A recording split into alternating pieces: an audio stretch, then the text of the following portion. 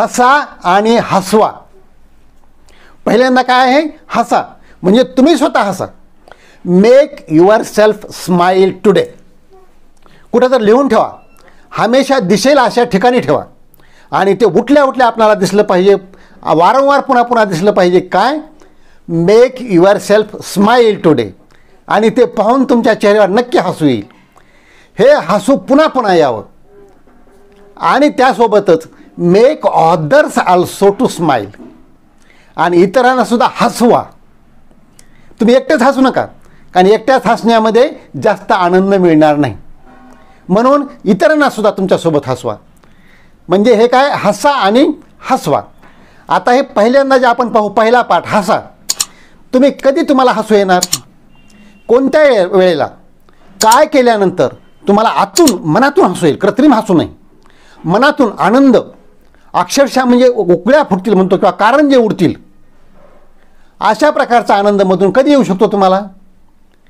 तो म्हणजे टिकाऊ स्वरूपाचा आनंद असला पाहिजे, जास्त दिवस टिकणारा आनंद असला पाहिजे. तर त्याच्या खरं आपल्याला म्हणजे आनंद म्हणू शकतो, समाधान, शांतता, सुख तिथं मिळू शकतं. हे कधी होतं? याच्यात एक प्रिन्सिपल आहे. ऐकायला थोडंसं किचकट वाटेल, परंतु थोडंसं लक्ष द्या, जास्त अवघड नाही आहे. की जेव्हा तुम्ही हा जो टिकाऊ आनंद असतो, याच्यामध्ये जेव्हा सगळ्यात जास्त महत्त्व आत्मा जे मध्ये आहे आपल्या, म्हणजे ज्याच्या आज्ञेप्रमाणे बुद्धी काम करते, यांना सगळ्यात जास्त महत्त्व दिलं पाहिजे. बुद्धी विचाराला सगळ्यात जास्त महत्त्व पाहिजे. विचारानं मनाला कंट्रोल केलं पाहिजे, मनाला बेलगाम नाही सोडलं पाहिजे. आणि इंद्रियांना आवर घातला पाहिजे. म्हणजे करा आवर म्हणजे काय? त्यांना बांधून नाही, कंटिन्यू नाही ठेवायचं याच्यामध्ये. पण त्यांचा वापर हा काय करून?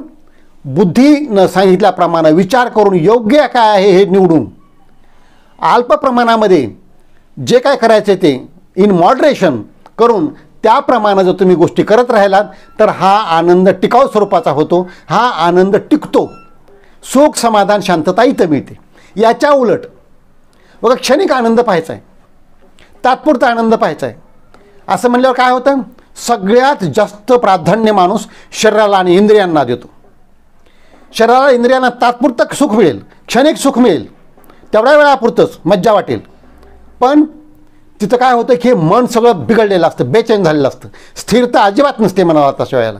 आणि हे मन त्यावेळेला पाहिजे तिकडं भटकत राहतं. नको ते विचार यायला लागतात. विचारांची पण स्थिरता नसते, मनाची पण स्टॅबिलिटी नसते. आणि यावेळेला काय होतं? बुद्धीला कोणी विचारतच नाही. हे मन विचारत नाही, इंद्रिय विचारत नाहीत.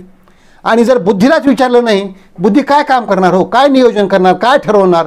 आणि तिच्याकडून चांगली अपेक्षा कशी येणार? आणि हे सगळं होत असताना तुम्हाला जे आतून जे फील असतं स्वतःला, बऱ्याच वेळेला खूप वेळेला वाटतं माझं काहीतरी चुकू लागलं आहे, माझं काहीतरी बिघडतं आहे, मला काहीतरी सुधारणा करायला पाहिजे. पण काय करायला पाहिजे हे कळायला तुम्ही काय केलं पाहिजे? मी पहिली जी सिक्वेन्स सांगितली, बुद्धीला प्राधान्य द्या, नंतर मन कंट्रोल ठेवून मग इंद्रियांकडं तुम्ही शरीराकडं बघा. ह्या पद्धतीने गेलात तर मग तिथं मार्ग निघतो की जे काय कमी आहे, काहीतरी चुकतं हे इथं सापडतं. आणि ते सापडल्यानंतर त्याप्रमाणे तुम्हाला ते दुरुस्त करता येतं. म्हणजे हसत खेळत जगण्याचा जो मार्ग आहे, तुम्ही यश मिळायला खूप सोपा जातो. यशस्वी व्हाल, आणखी पुन्हा तुम्ही हसाल. प्रगती एक एक टप्पा पायरी वरची जशी चढत जाल तुम्ही, तसं तुम्ही आणखी आनंदी व्हाल, आणखी सुख समाधान तुमच्याकडे येईल. काळजी, तणाव राहणार नाहीत, कारण तुम्ही आनंदी आहात. म्हणून हसत खेळत राहा. आणि जेव्हा तुम्ही अशा स्टेजला जाल तेव्हा इतरांनाही हसवा. आता इतरांना कसं हसवू शकता तुम्ही?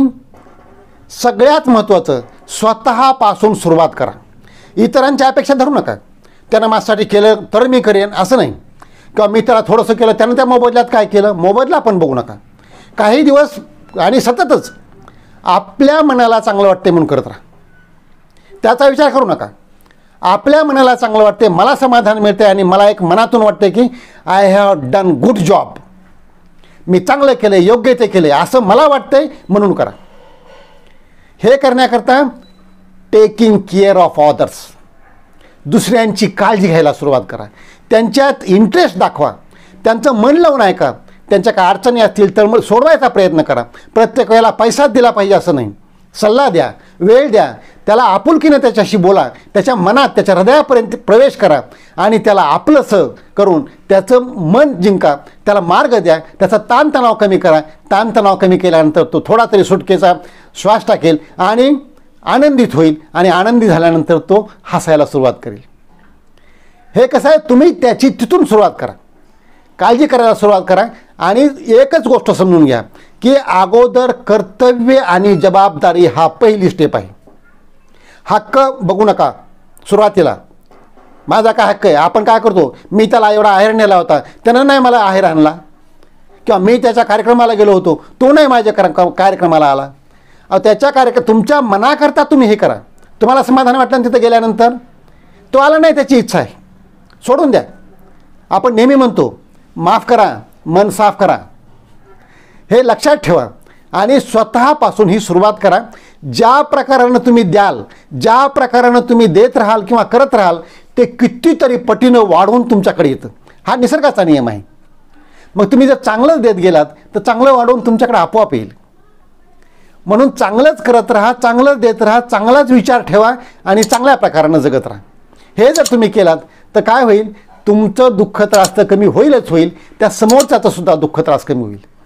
आता कसं आहे की आपल्याला त्या लोकांनी कशा प्रकारे दुसऱ्यांनी आपल्याला रिस्पॉन्स द्यावा, कशा प्रकारे रिस्पॉन्ड करावं हे आपल्या हातात नाही. परंतु आपण काय करावं, आपण काय करायचं, प्रत्येक वेळेला आपण काय निर्णय घ्यायचा आणि कशा प्रकारे वागायचं हे तुमच्या मनाला विचारून स्वतःच्या चांगलं जे वाटेल तेच करा. त्यानं आनंद मिळेल, तुम्ही हसाल आणि इतरांना हसवाल आणि अशा प्रकारे स्वतः हसा आणि इतरांना हसवा.